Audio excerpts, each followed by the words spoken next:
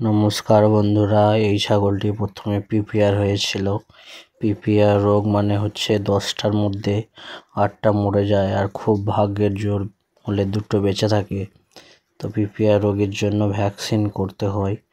Vaccine সবসময় পাওয়াও যায় না, যখন ভ্যাকসিন দেয় তখন ভ্যাকসিনটা করে নিতে হয়।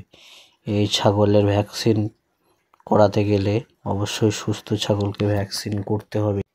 ছাগলের বয়স যখন 2.5 থেকে 3 মাস হয় তখন এই ভ্যাকসিনটা করতে হয়।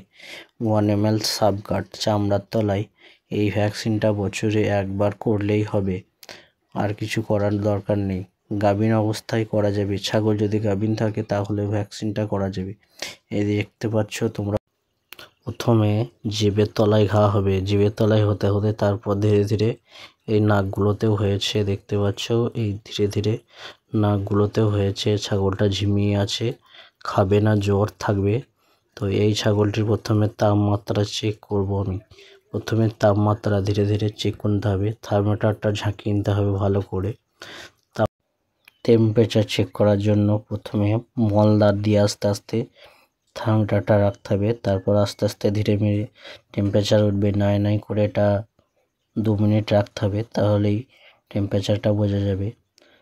ছাগলের টেম্পারেচার ছিল 105 টেম্পারেচার ছিল।